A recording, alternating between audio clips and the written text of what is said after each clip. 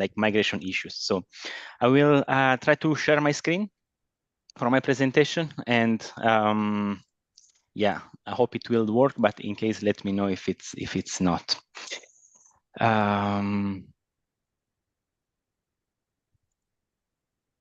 Okay, I hope you can see it.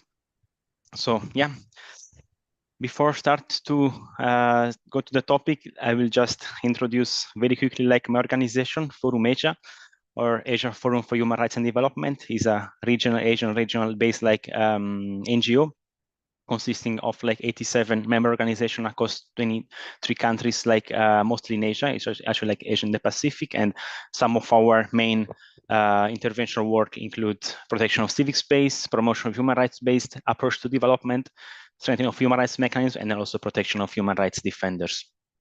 And then like just a couple of words about my program, HRD program, like Human Rights Defenders program. So our overarching goal is to contribute to a safe and enabling environment for defenders in Asia, so that they can continue like their work in a sustainable way.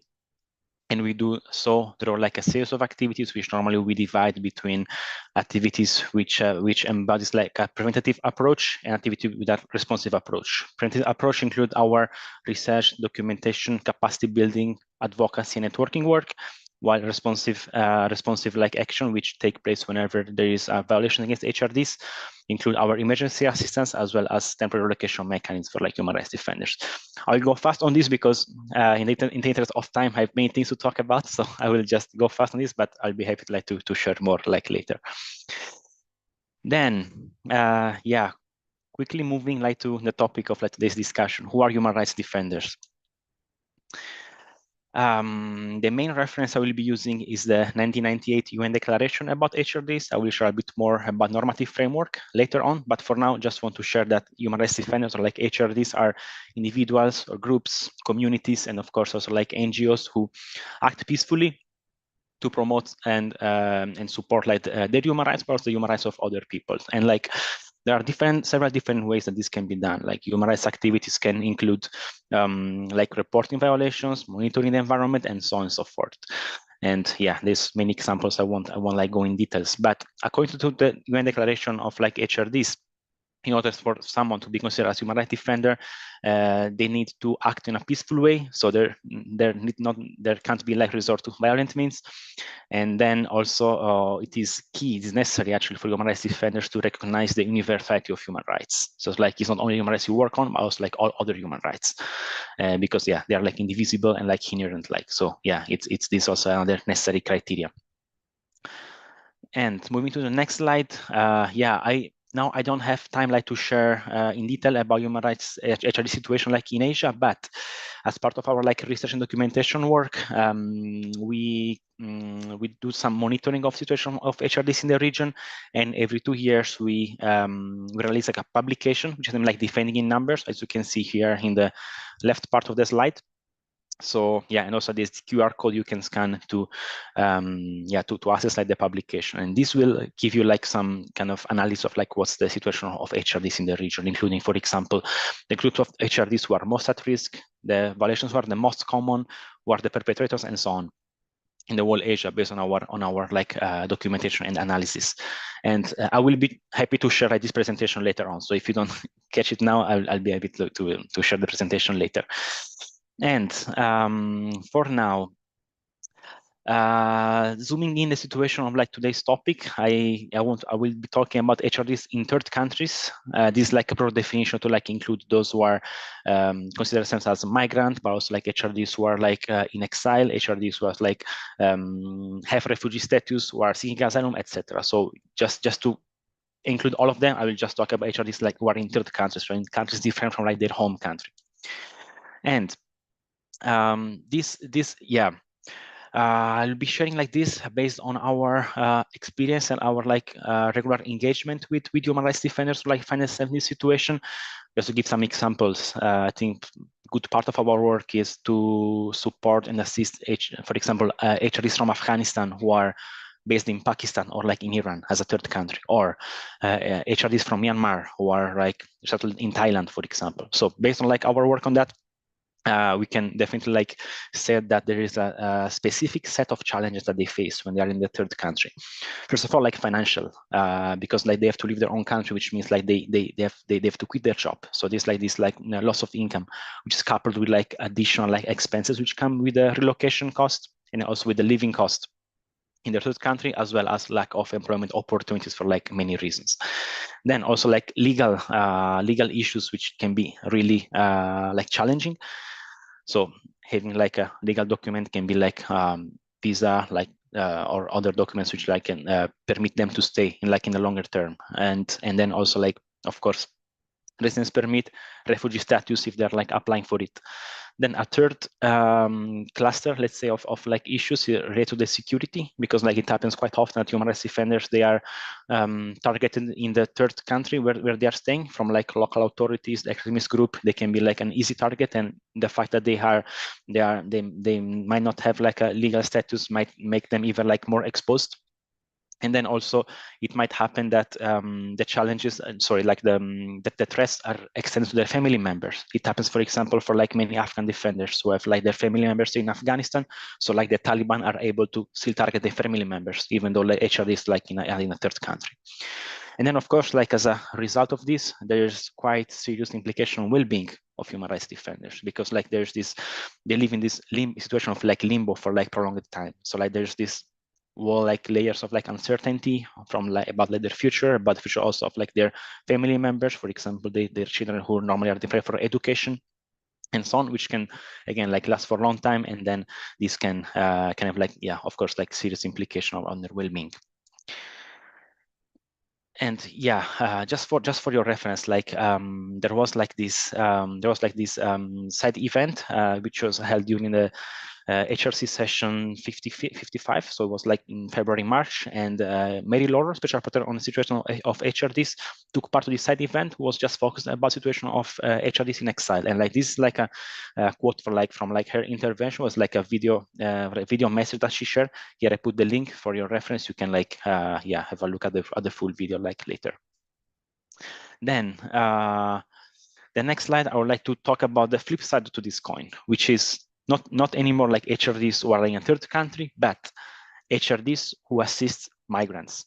So like there's like, of course, like also SUAKA, there's like individuals and groups who like assist individuals who are like staying like in third country. And also in this case, there is quite important like document which was issued around 2 years ago. So during the 77th session of the UN General Assembly, again, like Mary Laura, special rapporteur on the situation of HRDs, issued and presented like during the session like a thematic report, which is specifically about HRDs working on the rights of refugees, migrants, and asylum seekers. And here I try to just summarize in a couple of bullet points, like the main takeaways. The report is around 20 pages long. You can like, of course, like have a look at it in full, but for now, yeah, just want to share very quickly that this report identifies like HRDs working on migration issues, like as like lawyer, NGO staff, media workers, or of course like also individuals with migration background themselves. And some have to work in secret, so it makes them of course like unprotected and like often unrecognized. And the report indicates like a common trend like across the globe, not only in Asia, where like these groups, this group of HRD face like multiple violations by the hand of like state actors and also like non-state actors, like extremist group, for example. And not only many states introduce some restrictions, like for example, for like migrant groups like to work on like these issues, but then also like for like NGOs to register. And then also there's been like even some law being enabled to make them subject to criminalization. Is also like quite a recurring trend. And then the report like concludes with, of course, with some like recommendation to governments to like stop targeting HRDs at first, so like being responsible for like any violations against them, but then also like to ensure to take all the necessary steps and measures to like make sure that they are able to continue to work in like in a safe and enabling environment. Again, like the report is there. I put the link, so yeah, you can have a look at it. Then next, I will quickly mention some things about normative framework which might be relevant in terms of like human rights defenders. Yeah, first of all, like on the first column on the left is the international level. as I mentioned before, like the key reference is still like the UN Declaration on HRDs, which was like enacted in the 1998. So it was in a way to celebrate the 50 years from the United Declaration on Human Rights, and adopted by the UN General Assembly. This declaration is not like binding per se, but it's quite powerful because this was adopted like unanimously by like all the member states of the General Assembly. And yeah, it represents like a key reference. It does not really create like new rights or like new obligation for states, but they are like framed in a way to like support like human rights defenders.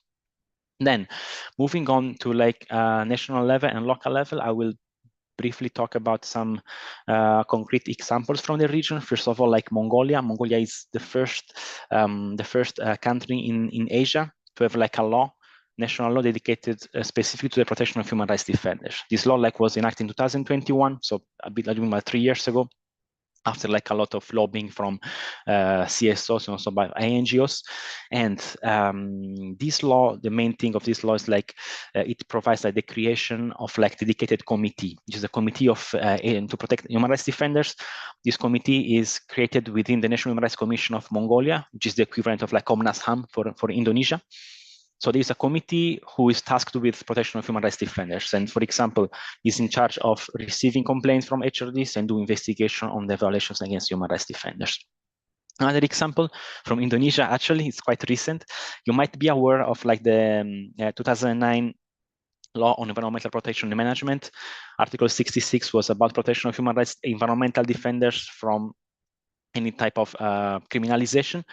So this was only like this Article 66. But then very recently, last month actually, the Environment and Forestry Minister signed an anti-SLAPP regulation. So to avoid like, which is kind of implements the Article 66. I could only find like an article on Jakarta Post, I believe, for now. So I think still like, I mean, there's not been like yet any concrete implementation. It's very, very recent, but I hope that there will be soon. And so yeah, it will be great also to like kind of follow up like this development. And yeah, anti-SLAPP regulation. SLAPP stands for Strategic Lawsuit Against Public Participation. It's like a form of criminalization of human rights defenders through judicial harassment. So SLAPP like recurs every time some human rights defenders is being targeted with some lawsuit, which is normally frivolous lawsuit, so like baseless lawsuit, just to like drag them into like some court case, normally like criminal court case, for example, defamation, which will like take a lot of like time, energy, and money. So like, yeah, the main aim of like SLAPP is to yeah, again, like take like being like exhaust energies and also like funds from HRDs, so that they can be like demotivated. But then like actually like this new like anti-SLAPP regulation hopefully like will help like environmental defenders to like not being criminalized anymore. One case of SLAPP was the one that happened like in the past years with Fatih and Haris, like Indonesia, so like one very prominent case. Then lastly, the last like card is about the Philippines. Philippines also like there is since a couple of years like discussion on the Senate level about having a national law on protection of HRDs. It's not there yet, but at the local level, the city of Isabela just last year adopted at the ordinance, which is like a local level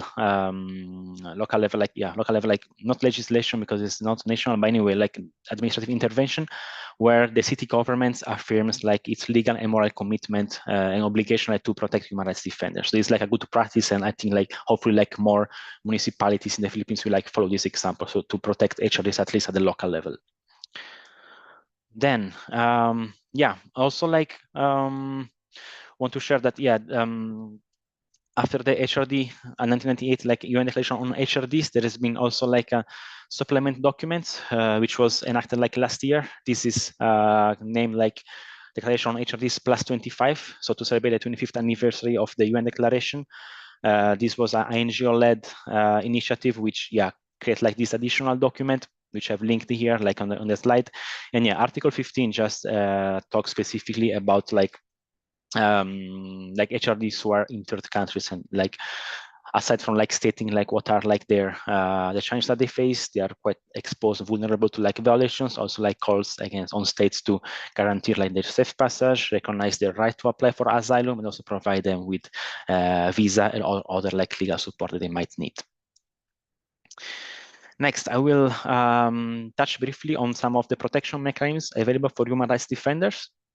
And I will start with the communication with the UN special procedures. You might be familiar with this already, so I will not like go much in detail. So special procedures are like human rights mechanisms which are like established within the Human Rights Council.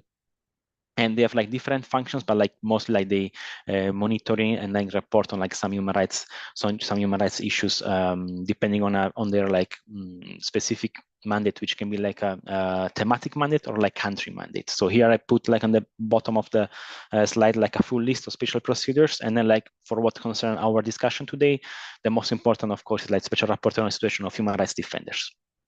And so like civil society and also individuals, human rights defenders have the chance to interact with special procedures. And because like one of the key functions of like special procedure is to communicate with governments. This is one of the functions they have. They also have other functions like country visits, annual reports, etc. But also like they do communicate with governments. And this communication is to mostly like to address cases of like human rights violations, including against human rights defenders. So this is like a platform like to, yeah, that can be used like to like raise awareness about human rights violations against HRDs. This can be like whenever there is like human rights violation still ongoing, which already happened, or also which is at risk of like taking place.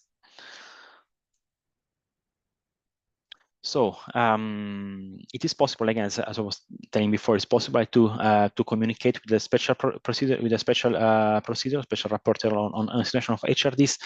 There's like online form which can be like filled up to this purpose. I put the link like on the bottom of like this slide, and individuals and also organization can like submit a complaint whenever there's like a human rights violation, and there are a couple of elements that you have to include, such as, for example, the identity of the victims and perpetrator, if it's known, and then like what is the human rights activity conducted by the victim, and then also the violation that has been suffered, description of the incident, and then also any actions taken by authorities or also by the victim after the incident. Whenever a communication is sent to the special rapporteur, if this communication is like being reviewed and accepted, then as a follow-up, the special rapporteur will send a red communication to the government. It's in the form of a letter, which normally is also like published. And like this communication will, first of all, like indicate what are the international human rights norms and standards that apply to the case. And then also will recommend what actions needs to be taken to either to prevent violations to take place or also to stop the violations if already like taking place. And it's important to specify that this communication, this letter sent by special rapporteur to the government is not binding. It's not legally binding. It's just like in form of like communication, but still it will create a lot of international pressure. So normally it's like it's very good measure, and like we have cases where after this letter being sent, the government took some measure to protect human rights defenders. Anyway, here on the bottom of the slide, I put also a link to another publication that we realized a few years ago. We call Formation Booklet on HRDs, where this procedure is explained in detail. So like now it's very quick overview, but yeah, more details like can be found in our booklet, which I put the link here. Then next is another tool which is like useful to know about. It's about the guidelines for diplomatic missions. So European Union, as well as some other mostly European states, but not only European states, they have over the past years like enacted some guidelines. These guidelines are supposed to be enforced by diplomatic missions of these countries. So by the diplomatic mission of the European Union, which is the European delegation, and also by the embassies of the countries, like across the world, but so also in like Asian countries. And there are these specific like guidelines on the protection of human rights defenders, which of course like have as the main aim like providing access to human rights defenders. And some type of support include, for example, trial observation, advocacy, or like issuing of humanitarian visa. Again, I like to refer to our booklet for like seeing like what countries specifically have this type of guidelines, and also like what is the type of support that they provide to HRDs. Everything is in our booklet. You can like refer to this for like a detailed list. I put again like the hyperlink here. And next, last but not least, some support from like international NGOs.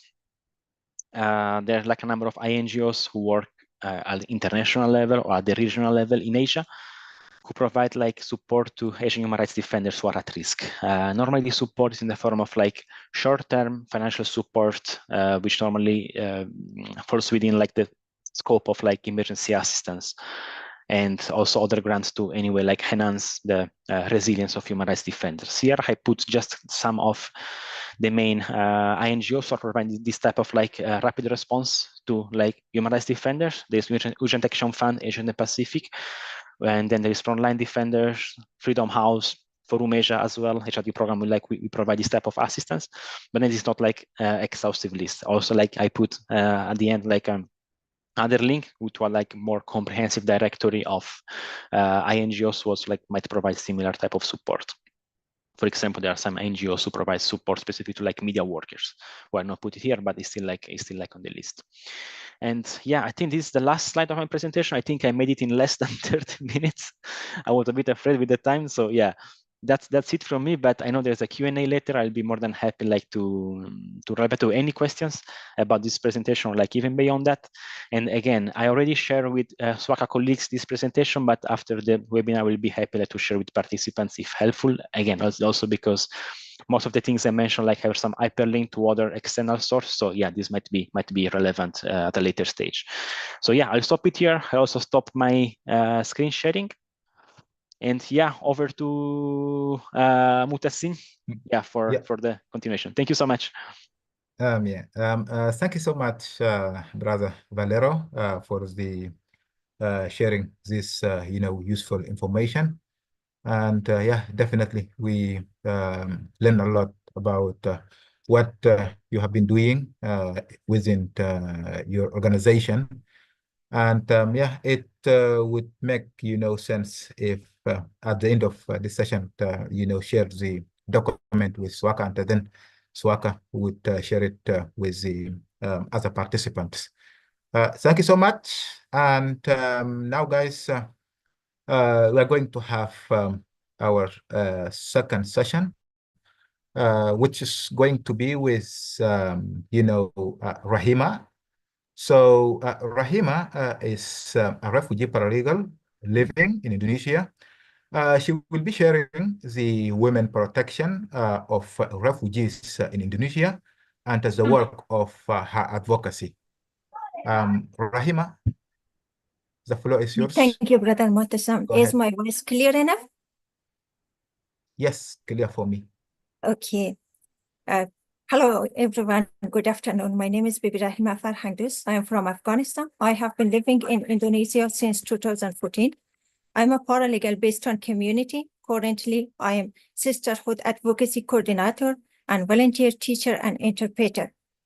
First of all, thank you, SUAKA, for this webinar and choosing me as one of the speakers.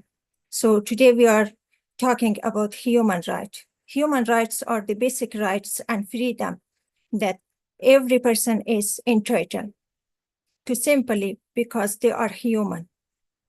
These rights are universal, meaning they apply to all people regardless of their ethnicity, gender, religion, race, and any other status. These rights ensure individuals that they can meet their rights and live in dignity. They include the right to education, the right to freedom of expression, the right to work. These rights have been taken away from more than 12,000 refugees for more than 10 years in Indonesia. Refugees have deprived of the right to education, the right to freedom of expression, the right to work. They have been struggling with different issues, with health issue, mental health, economy issue, and other challenges. Refugees live an uncertain life for more than 1 decade. Uncertainty caused 19 refugees have committed suicide and ended their life. It was very hard for refugees community that as a human, they came here to save their life. Their families sent them in Indonesia to save their life, but they ended their life. So they deserve to have a normal life like everyone. It's everyone's rights. In the limitation of human rights and refugees' rights in Indonesia, there are some individual and organization, they're both trying to bring refugees' rights into realization. I have created 2 classes for refugees for free to teach them Indonesian language and English language, because I know they cannot pay for the class, because I know they cannot work here, they cannot have income. And also, I help refugees with interpretation. Most of the time, I accompany refugees at hospital. And I have joined SUAKA paralegal training in 2020. I have learned a basic knowledge of Indonesian law. And after that, I have been engaged with the community to know more about their concern and about their challenges. So they are experiencing different issues, violence, domestic violence, and harassment. And there is Indonesian law that can protect them, like Indonesian law 2004 can protect refugees with domestic violence. Indonesian law 2022 can protect refugees with harassment, but refugees doesn't know that, and they were experiencing these violences. And I created info session for refugees to help them with the information if they face such a cases, to whom they can seek assistance, and what types of legal assistance are there for them, and who can help them, and how they can reach to organizations. And especially the language barrier is a dominant issue among the refugees. So refugees have been struggling a lot, as I mentioned it. And also, it is time, actually, because unfortunately, currently, UNHCR cut off the financial assistance. And many refugees are struggling with a financial problem. So they are living in the street. Nobody is care about them. It's painful that I received a call from a refugee. She said, if UNHCR not help me, I will give my children to other people, to local people, to feed them, because I cannot see them every day struggling, and every day they are starving. So I cannot feed them. So I prefer to give them to some people that can feed them. These are the issues that happening in Indonesia. So I received a message today from a refugee living in Kalideres that the building that was giving in Kalideres to refugee in 2019, refugees have received a notification in August 2024 that Indonesian government said, you have to leave the building because this building was well used for government. And last night, they were displaying 2 tents in there in Kalideres. And today, 2 police came to Kalideres and asked refugees you should leave this building because only worker can stay here. There will be some construction working. So refugees are struggling with many issues, and who is care about refugees' rights in here? I ask all the human rights defender and also all the organization that it is time to see an action. It is time to see an action from individual organizations, human rights defender, and also Indonesian government and the third countries as well. Because it's gonna happen human rights like disaster. I know that many refugees are struggling with mental health. 10 years uncertainty is enough. 10 years living without human rights is enough. So it is time to take an action. It is time to stand with refugees and their human rights, because refugees are human. They deserve normal life like everyone. They not deserve to stuck here for 10 years. And most of them, including me, we lose their family member. I couldn't see my father, and my father passed away.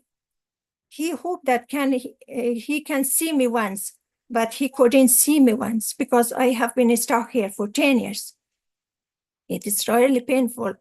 So I ask everyone to stand with refugees, and it is the time to stand with refugees. Yes, I have done a lot for refugees, but it's not enough due to the situation. Yes, many organizations have done something for refugees. We are thankful of them, thankful of SUAKA, because SUAKA, we know SUAKA is a small organization with limit capacity, but still SUAKA is trying to stand with refugees, to raise refugees' voice, to advocate refugees and to help refugees. But we are thankful, but we are asking SUAKA and all organizations and individuals to stand with refugees, to advocate refugees, because it's not enough due to the situation that refugees are having here. So we are just trying to, who can help us here, because our voice have not been heard by anyone, because we demonstrate for 3 years. And also we tried to reach someone. Our voice have not been heard.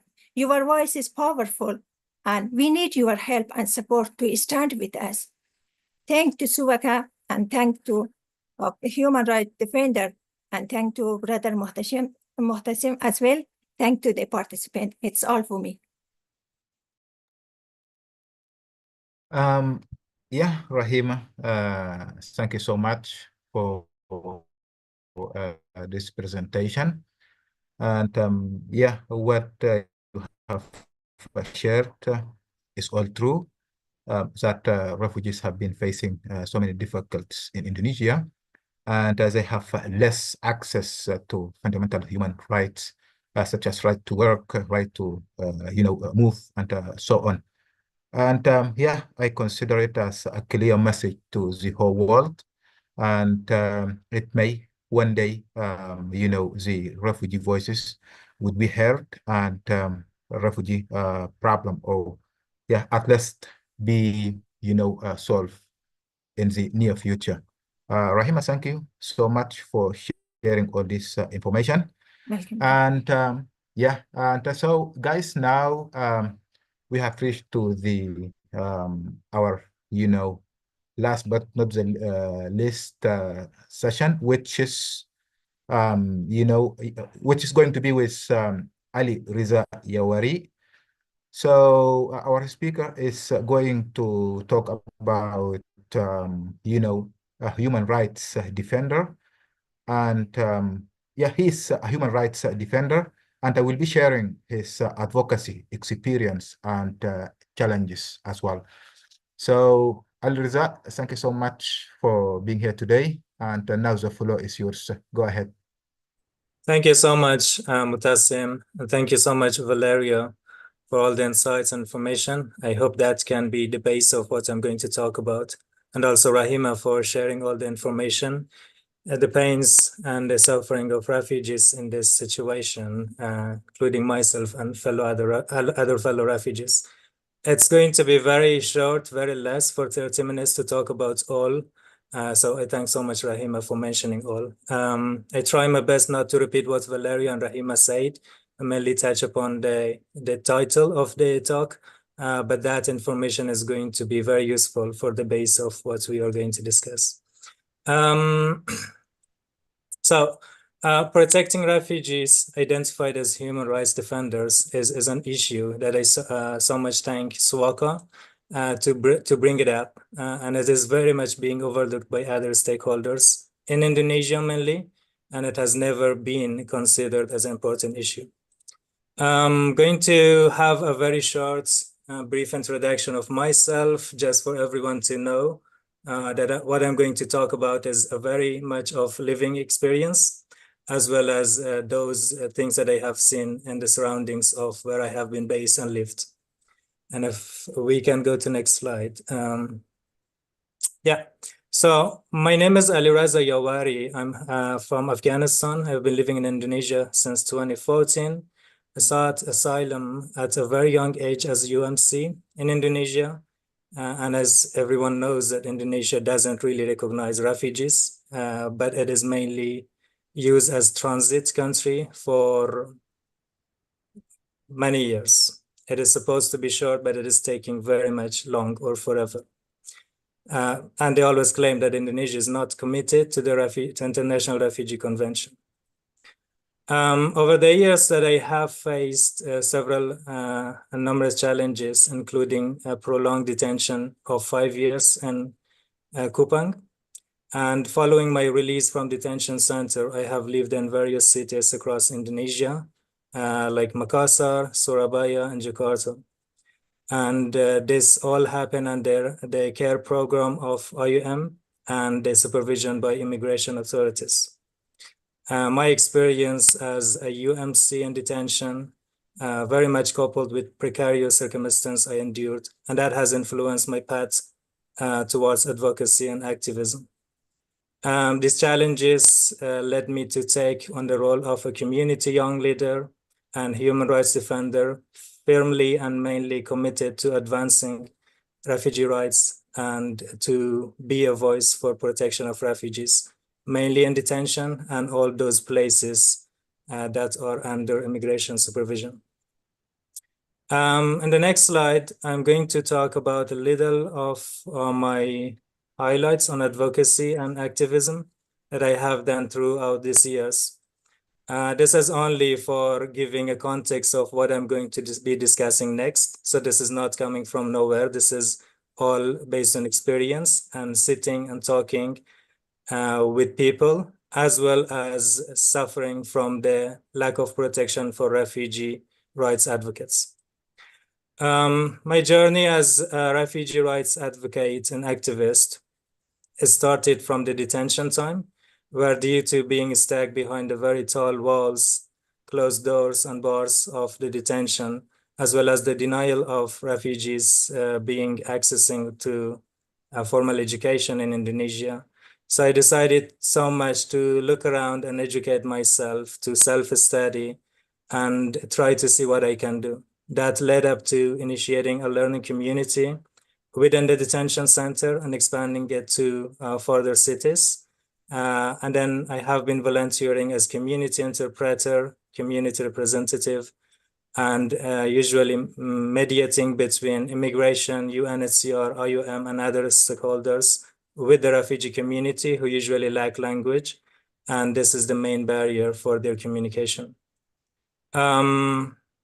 I've also served as focal point when it came to different meetings and events for refugees to be showing up and seeing what governments and other international organizations can do to raise their voice, and when there are problems with their life setting, to be interacting with.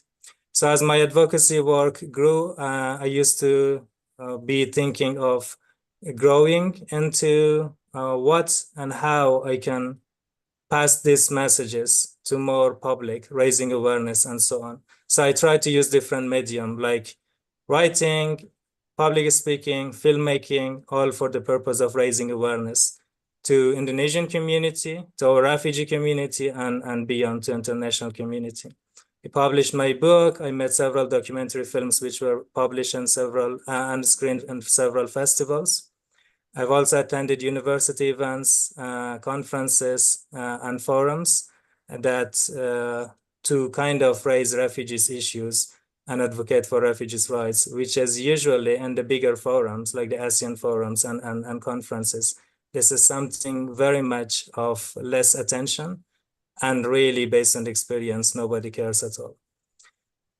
Moving on to the next slide, I just don't want to repeat what Valerio talked about, but it is very crucial for us to have an understanding of what the definition of human rights defenders and the role of refugees as human rights defenders. So I'm going to read what I have written here from the valid sources. Human rights defenders are individuals or groups who in a peaceful manner advocate for and defend human rights, often in challenging contexts, which is mainly refugees and detention centers.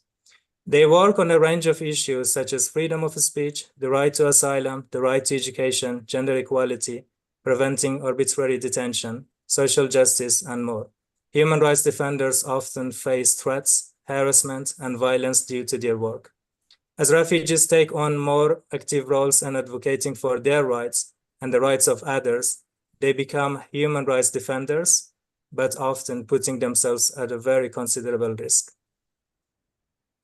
Moving forward, I'm going to be mentioning about what role we as refugee leaders and refugee representatives usually take in our communities. So we advocate for policy changes that improve lives of refugees. We lead awareness campaigns to highlight the human rights abuses or that we or others experience. We advocate for our fellow refugees and broader community, acting as a bridge between refugee community and external organizations. We engage in peaceful protests to attract attention and challenge the injustice faced by refugees, especially in detention centers and those very, very hard situations that Rahima mentioned. We collaborate with NGOs, governments, and international bodies to advance refugee rights and promote more inclusive protection mechanisms as no one is left behind.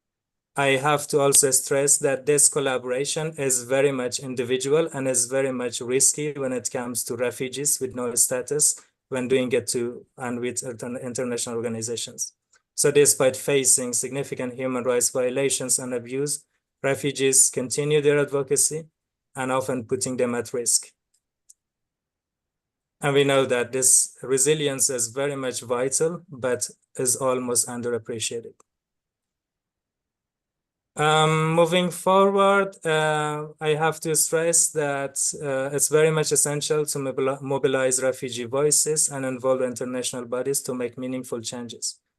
And in this slide, I'm going to be talking a little bit of the protection issues, challenges, and the risks refugee as human rights defenders face. There are many. I couldn't mention all of them, knowing that the time constraint will not allow us. But these are the very much major and main issues that we are facing, and I'm sure many of our colleagues here, including Rahima, Mutassim, and few others who are here, but many couldn't join today, are facing right now as refugee leaders. We usually face threats and intimidation as we refugees acting in an advocacy capacity may be targeted by authorities or hostile groups. There have been many cases of arbitrary arrest, solo detention, warnings of deportation, physical assaults by unknown groups, and more severe situations happen to refugee advocates on the ground.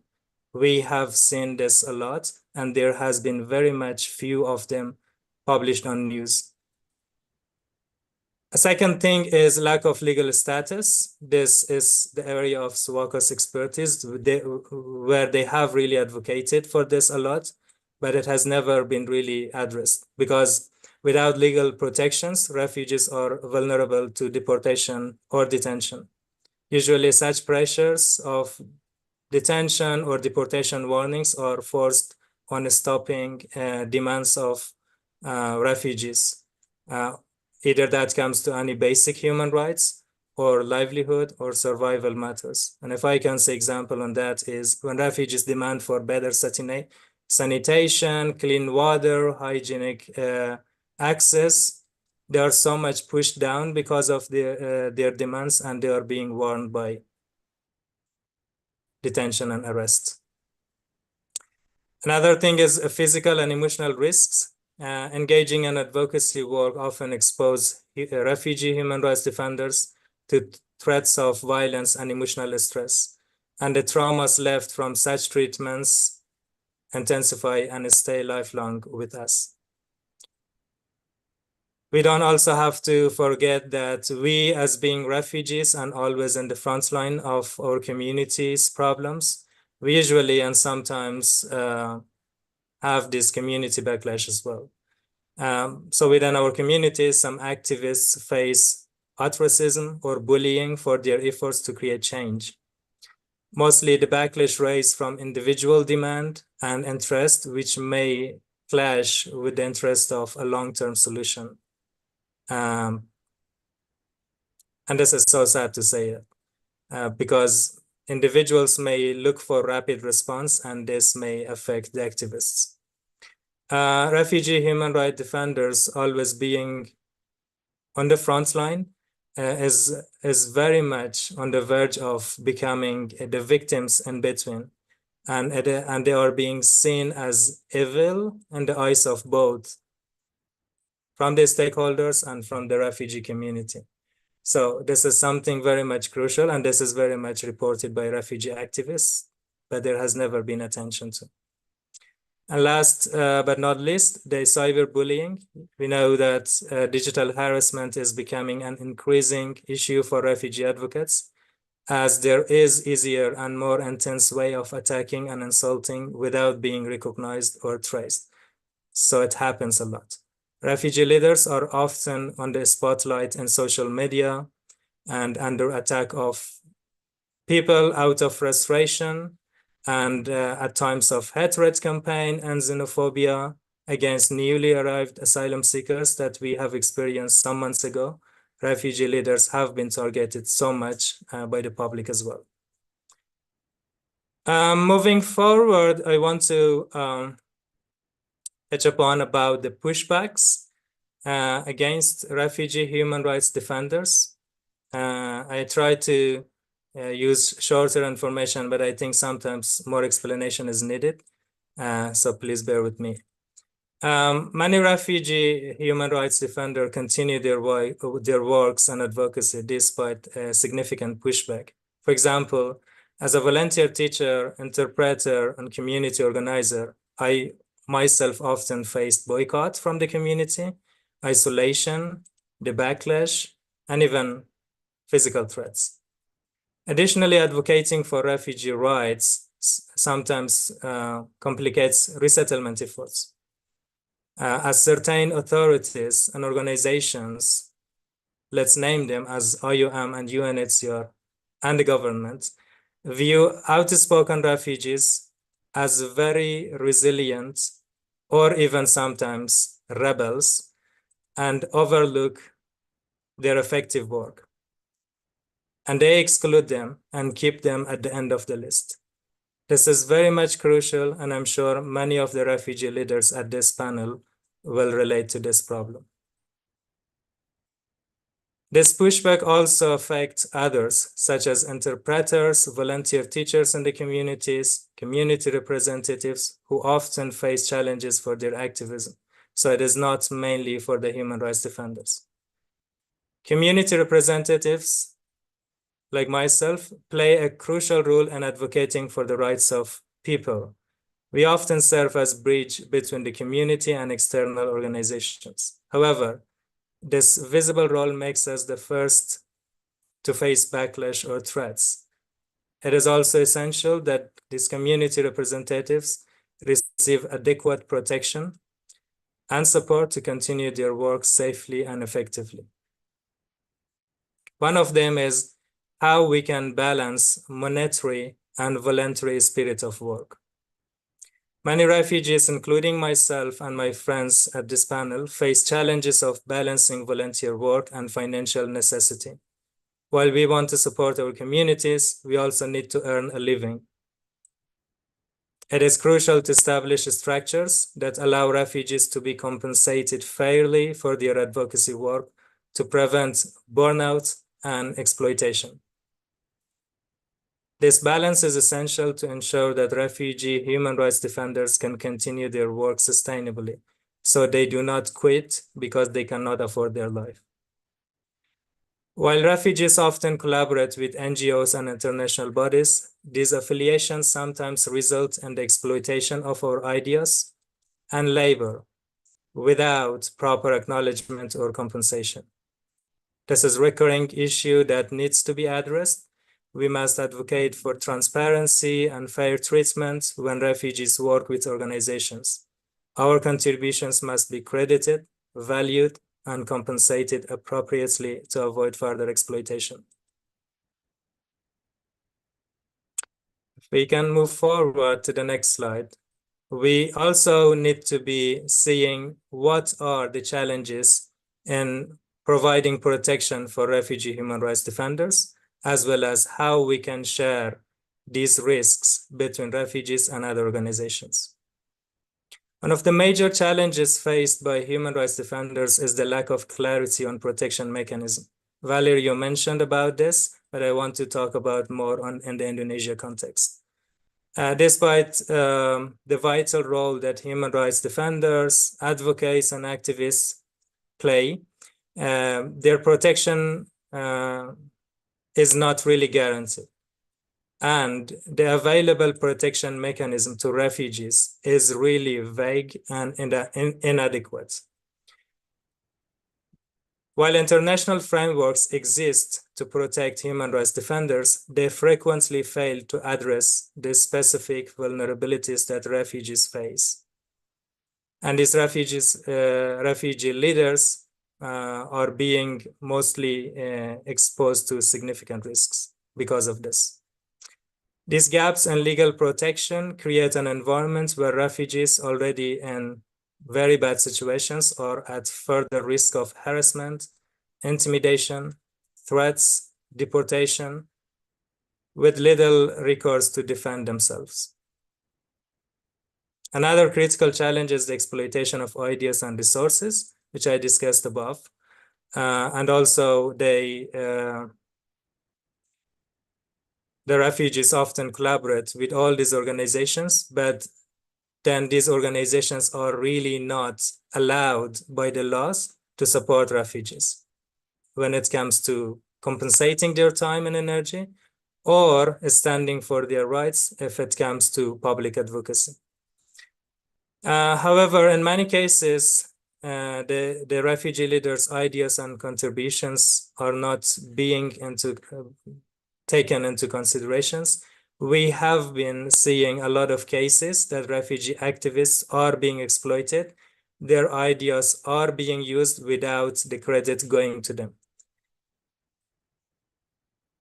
Additionally, refugee human rights defenders often face limited access to platforms and support. The platforms where human rights advocacy take place, whether in international conferences, academic forums, policymaking spaces, are often inaccessible for refugees. Financial constraints, restrictions on movements, and lack of legal status prevent refugee human rights defenders from fully participating and meaningfully taking part in these crucial spaces. Without access to such platforms, their voice remains marginalized and their ability to influence global or national policy remains limited.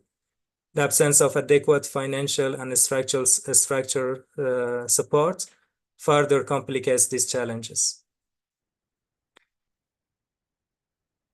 A particularly pressing issue is the unequal sharing of risks between refugees and organizations that they work with.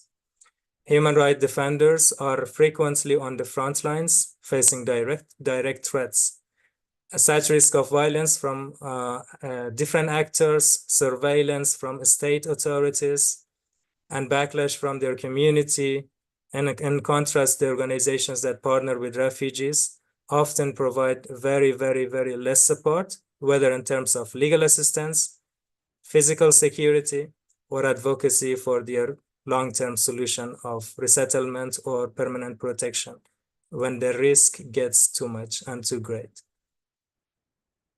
So we are so much stressing on a better risk-sharing mechanism that the organizations involve themselves, not leaving behind refugees who are defenders of human rights, and do not only be with them when there is time of need for their programs and projects. Moving forward, I also want to a little bit touch upon the international recognition of refugees as human rights defenders. So this is also what Valerio mentioned about the specific law by the international, that globally there is increasing recognition of refugees as human rights defenders. This is good. And this is only because the refugees themselves are the main change makers in their communities and dealing with many difficulties, but often their works are being overlooked. So it is good there is attention. And this is coming from the 1998 United Nations Declaration on Human Rights Defenders that acknowledge all individuals' rights to defend human rights, but it is it's very much limited, and its application to refugees is not really seen. Organizations like Frontline Defenders, Amnesty International, and few others are starting to extend support to refugee human rights defenders to offer legal assistance and security training. However, there is still a need for a stronger protection mechanism that specifically address refugee leaders' vulnerabilities. Next slide, please. So the protection mechanism that I've put here in 5 big categories, roadmap 2, is that the existing protection mechanism, which often overlook refugees' needs, has completely failed to protect refugee human rights defenders. So this existing mechanism really doesn't work because it's not inclusive to refugee leaders. But we can be also thinking of framing the concept of protection for human rights defenders that involve refugees and refugee leaders. And that need to be redefined, specific on unique vulnerabilities of refugee leaders. Legal protection is another thing that needs to be focused on. And this legal protection needs to ensure physical, emotional, and other aspects of refugee leaders' lives as well. Security training and emergency support are also vital to ensuring the safety of refugee leaders and to safeguard their work and well-being. Permanent solutions like resettlement or legal recognition must be established. Next slide, please. Yeah, and almost coming to end of this presentation, we so much want a call to action, and we want this to be acknowledged for protection of refugee rights, refugee human rights defenders.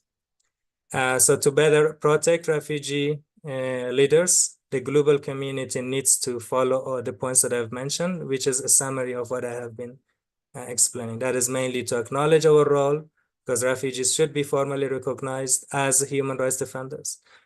There has to be strengthening of protection mechanism that governments, NGOs, international NGOs must work together to provide comprehensive protection and long-term solution. And also to ensure fair collaborations, organizations need to work with refugees fairly, treat them respectfully with dignity, and compensate for their work, time, and energy. And there has to be highlight for the need of legal framework, better protections and security measure when it comes to very critical situation, and access to platforms and bigger stages for refugees to voice their communities. There also has to be recognition of refugee human rights defenders as critical to human rights progress, as well as offer them the protection that they need to continue their work safely with dignity. And last slide, but not least, we are very much hopeful for the future of advocacy and protection if the points are mentioned, the points that are mentioned are considered. We need collective action to ensure that refugee human rights defenders are empowered to continue their essential work safely and sustainably. Thank you so much, everyone, for listening, and I'm very much open to questions if there are.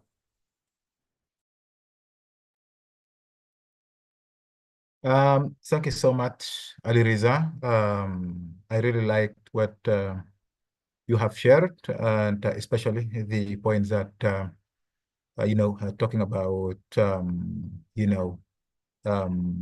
what the community leaders have been doing for the refugee community in Indonesia. And also, so as a reward of their work for the community, we really need, to be protected by, organizations, NGOs, and so on. Yeah, it is very important. And in the last few months, yeah, I have received some complaints from refugee leaders that they are not protected at all while they're doing their job. So it is very important now for Anga from SUAKA team and also Valero to raise this message to, to responsible authorities to put, much care in this point. Thank you so much, Ali Riza, for what you've shared. And now I'm going to open the Q&A session. But before we jump right in, I just would like to ask the participants, to fill the attendance form, which is in the chat box. So please feel free to fill it, and I would be so happy if you are going to do so. And now the Q&A session, and feel free to ask questions and or even to give comments or suggestions, maybe. The floor is yours, participants.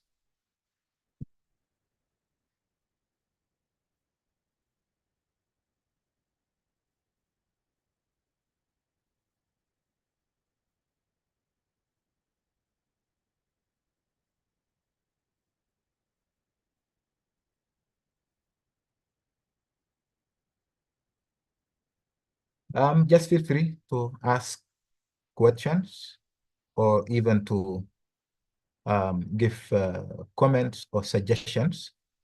The time is yours.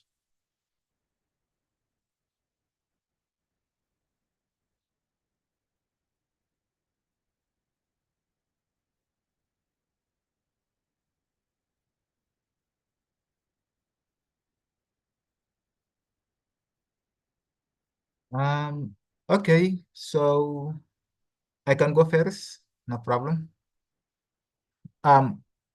So Valero, you have just mentioned that you are targeting refugee, those who are working as human rights defenders in certain countries.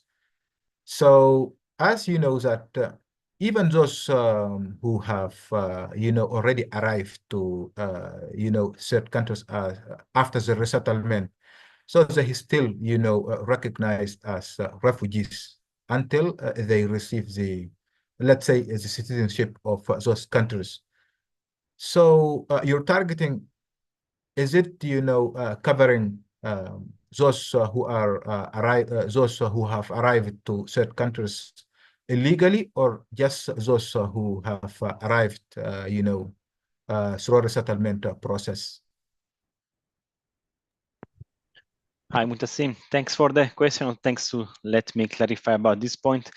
Yes, so like as you mentioned, yeah, our as HRD program of Rumeja, our mandate is on human rights defenders. So like this is regardless of like their status in like the third country. So we, as long as like they are human rights defenders, we can definitely like provide assistance to them based on like our capacity and limitations. So this is absolutely regardless of like their status. So like even if they're like already granted refugee status, even if they've like completed asylum process or not, we'll still like be able like to like protect them and like provide support them in line with our work.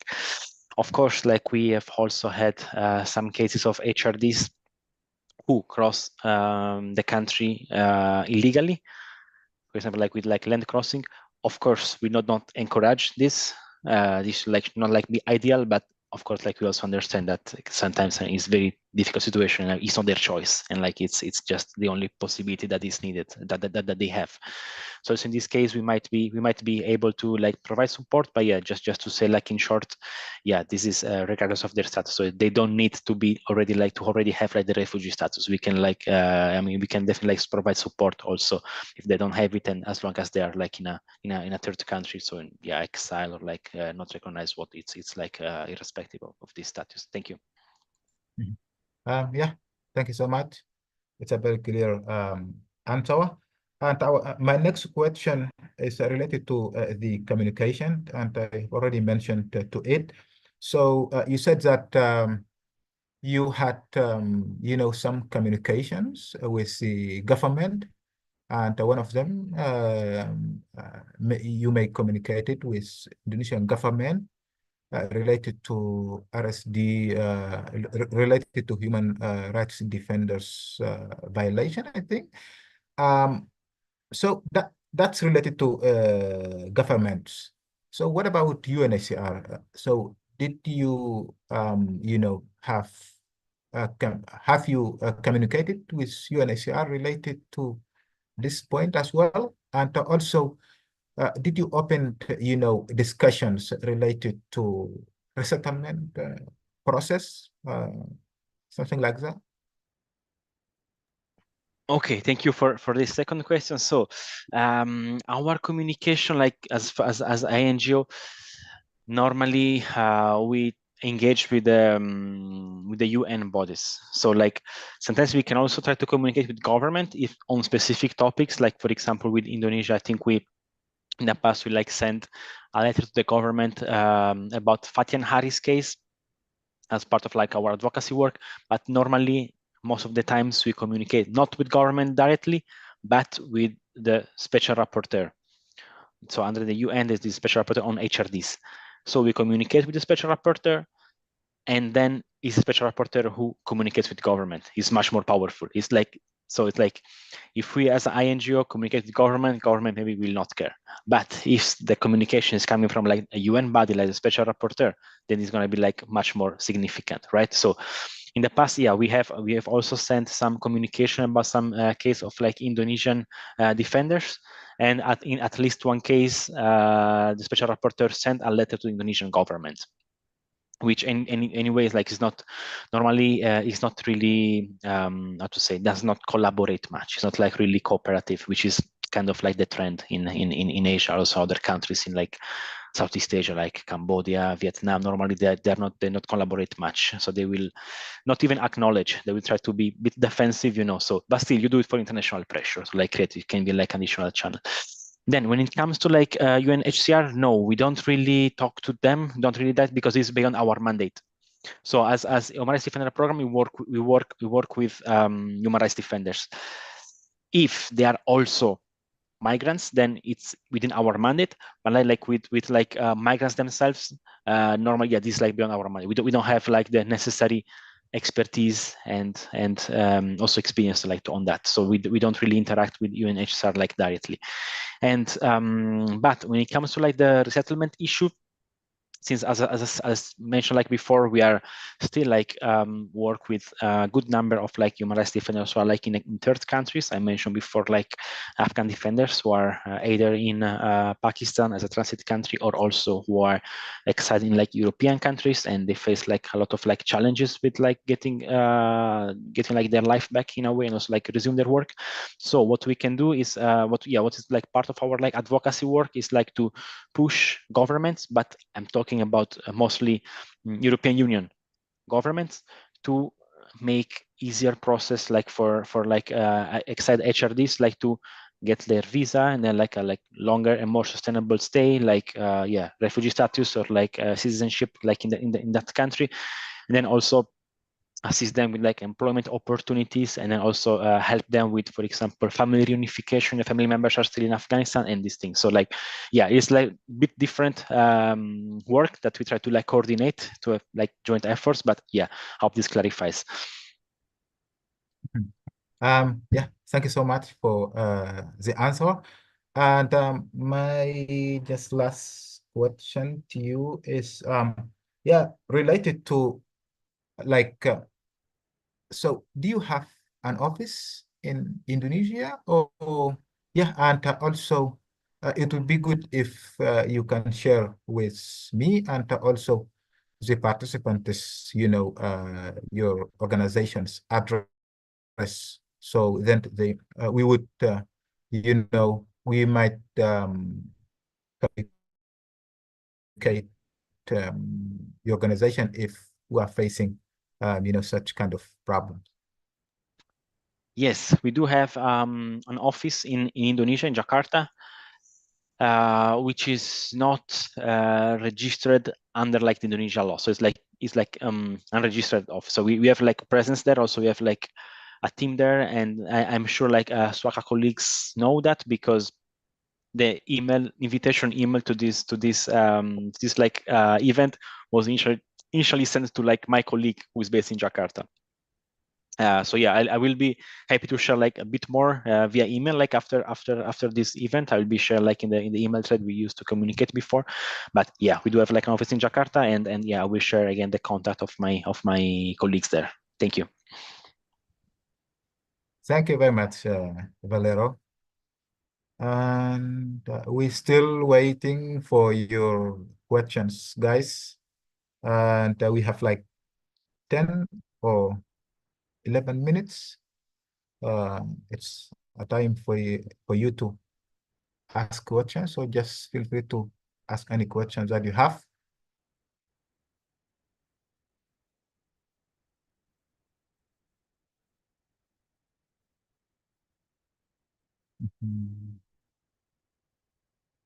Okay, then, so I think I can ask another question, but this question I think is going to Rahima. Yes.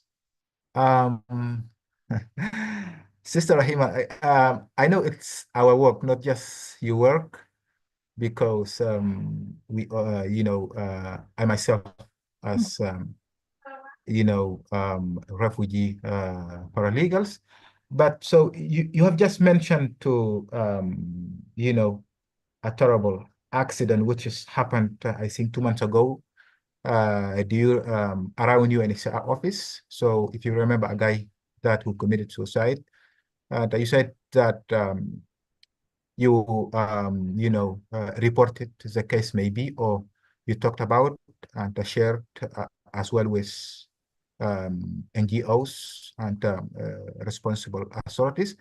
So did you get, after all what you have done, did you get, you know, response from responsible authorities after you advocate that case? Response from UNHCR, do you mean, brother? Yeah, UNHCR, NGOs. I mean, you know, from responsible authorities.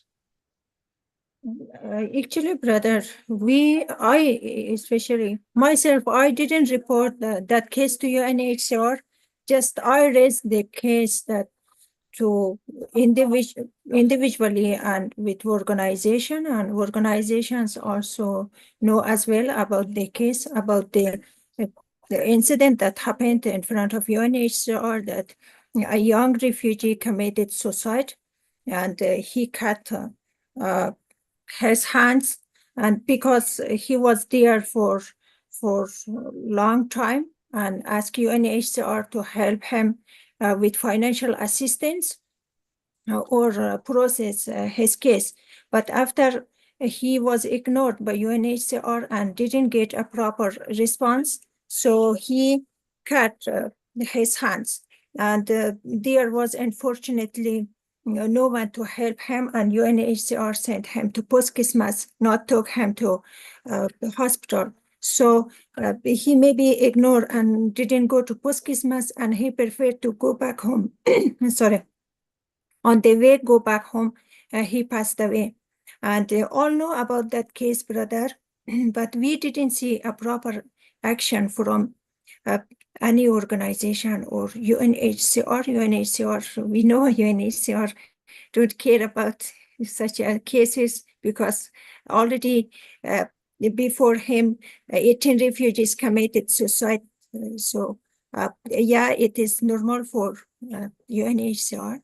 And that extent happened, brother. And we tried to raise his voice, but you know, our voice is poor. That's why I asked for help and advocacy.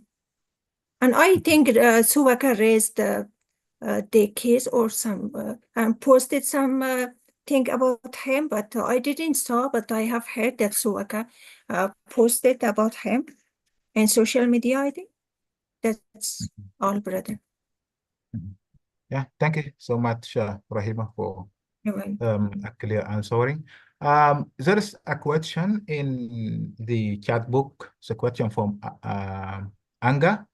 So this question directed to Ali Riza and Rahima. So the question is saying, I would like to ask regarding the process of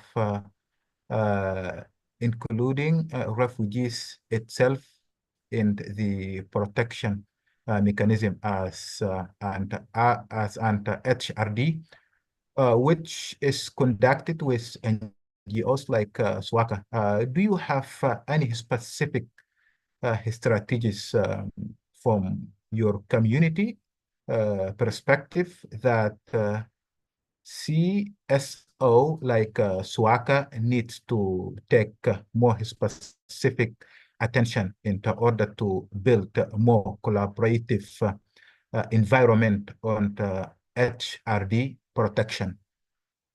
The question is directed to both of you, Aliriza and Rahima. If I can answer to this shortly, is I mentioned at the beginning of my presentation that this is the first time SUAKA is bringing this up, and that is what is relating to here. And then in the middle of the presentation, I have brought this mechanism, a strategy that needs to be paid attention to. We always go to organizations and claim things need serious attention. And as Rahima mentioned, usually those organizations don't really care. And one of the reasons is because they really don't have a mechanism of such a thing in their system. And if they do so, it is not really paid attention to, or it's not very inclusive to refugees, mainly, and to refugee leaders. And this is why civil society organizations like SUAKA are playing important role to bring this up, because mainly when it comes to government push it over to the shoulder of IOM and UNHCR, mainly responsible for managing refugees in Indonesia. And then when it comes to IOM and UNHCR, it is about, oh, we don't have the support of law from the government. And this is so much of no mechanism and no care in between. And then what can be SUAKA doing is to feel first responsible, second, because they don't take responsibility. Second, to bring this up, and this is always because if in the grassroots and the communities of refugees such issue exists, they will never know it because they are never on the ground. IOM and UNHCR, they are only touching upon the temporary or rapid response crisis and so on, which they usually fail, to be honest. But again, refugees and refugee leaders need to be included in the process of such strategic mechanism creating and concept of that. it is if refugee leaders are facing situations, who can be better than them to bring this up all on the table and to discuss it with organizations like SUAKA and other legal entities, to compile them together and then suggest it to whoever it relates to. And that will be also part of the discussion, that will government take it serious? Will the INGOs take it serious? Do they, Amnesty International, Frontline Defenders, and so on, are they going to be assisting during the process? But again, this is never possible without presentation of refugee leaders on this table. I know there have been such ways of creating solution for the problems that refugees face, but that is not taking that anywhere. And one of the reasons is because refugees don't exist on those tables. And I think they have to be part of creating the solutions. As they have been facing these problems, this lack of protection because of their advocacy to find solution for the community that they live in. Yeah, thank you so much. Really makes sense, and I hope it admires Anga too. Yes, so I'm just adding like 2 to 3 minutes if there is another question, but if there is no, so we can close this event. Brother, excuse me. Can I add Yeah. a little bit regarding the brother Anga's question? Jump right in. Jump right in. You Yes. have 1 minute. As Brother Rizal mentioned it, if we have enough support from the organization like SUAKA and other organizations, we would like to bring the refugees' concern on the table and to discuss about it and further. But unfortunately, you know, as a refugees leader, advocate, we are facing lots of challenges during our activities. So it's really hard for us. And just we can recognize and bring it to SUAKA and other organizations. And we would like to discuss more with SUAKA, especially myself. I have some plan in the future to need SUAKA's help also to help me to like discuss about the solution. What is the better solution for the main refugees concerned in Indonesia, especially currently about the financial problem and also about the corridors that the government asked refugees to leave the building so where they can go. And, you know, they don't have any where to go. There is no place for them to stay, how they can be survived. And for other refugees main concern, I have some plan to discuss with SUAKA, inshallah, in the future, brother. But we, again, as Brother Alirizah mentioned it, we need help and support, because without help and support, I think we cannot do anything. We are also refugees, you know. Yeah. Yeah, makes sense too. Thank you so much, Rahima. And I think there's no any, questions in the chat book, and also no one is going to ask, and we are running out of the time. So before I close the event, so the three of you, I just would like from each one of you to, give a closing statement. So let me start with Ali Riza. Sure. Just to keep it very short, I so much want to ask our refugee fellow leaders and advocates not to stop it here. Let's keep it on, and our community needs people like us to continue the work for ourselves and for them. And if we stop by the risks and challenges that we are facing today, we will face more of them in the future. That can be my message, and I won't do it personally for myself. I have been into the challenges and to the risks, but that could never be a reason to stop. And if we stop, means the community will stop and will not get out of all these problems that Rahima mentioned. Thank you. Thank you so much, Aliriza. Rahima? Thank you, brother. I would like to thank SUAKA for this webinar. It was really useful, and for the opportunity for us to raise the refugees issues. So I would like to say, I will stand with refugees. I will stand with refugees until the last breath. Also, I need SUAKA's help and all human rights defender to stand with refugees. So, because we cannot leave refugees alone in this situation, we are among the refugees and we are the witness of their concern and challenges that they are facing every day. So that's why we cannot leave refugees. So we will stand with refugees. Thank you so much, because my side is noisy because it's heavy rain here. So it's all. Thank you again.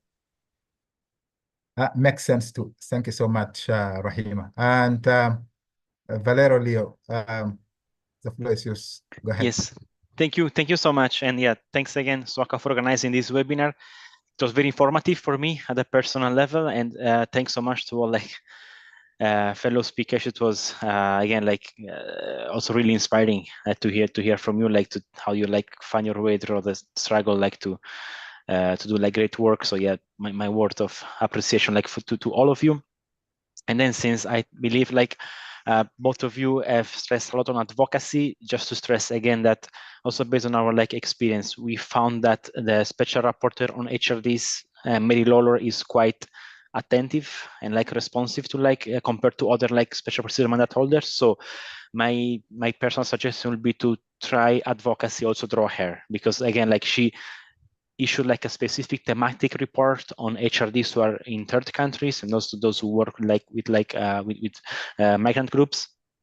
So she's aware of the issue, and she might be willing to take on this situation more. So feel free, I think it will be good avenue to raise awareness about the situation. Will be also draw special rapporteur. So I hope my presentation was useful in this sense, and again I'm happy this to be circulated with the link to further information. But yeah, again thank you so much, and keep doing the great work, and yeah, staying in solidarity with all of you.